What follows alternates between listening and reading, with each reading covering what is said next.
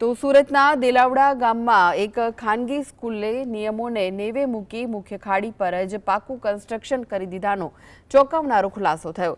સ્કૂલે 120 મીટર લાંબી ખાડીને ઉપરથી સંપૂર્ણ ઢાંકી ત્યાં બસ પાર્કિંગ અને રમતનું મેદાન બનાવી દીધું છે।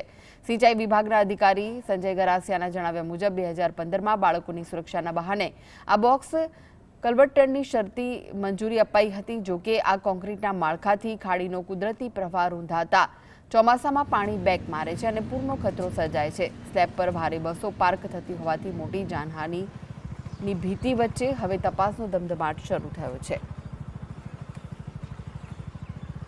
પરમિશનમાં તો આપણે એમને બોક્સ કલવટ માટેની અને તે પણ સ્વખર્ચે એમના દ્વારા જે તે નિયમ અનુસાર એટલે કે પાણીનું વહેણ અવરોધાય નહીં એ રીતે જ પરવાનગી આપવામાં આવી હતી।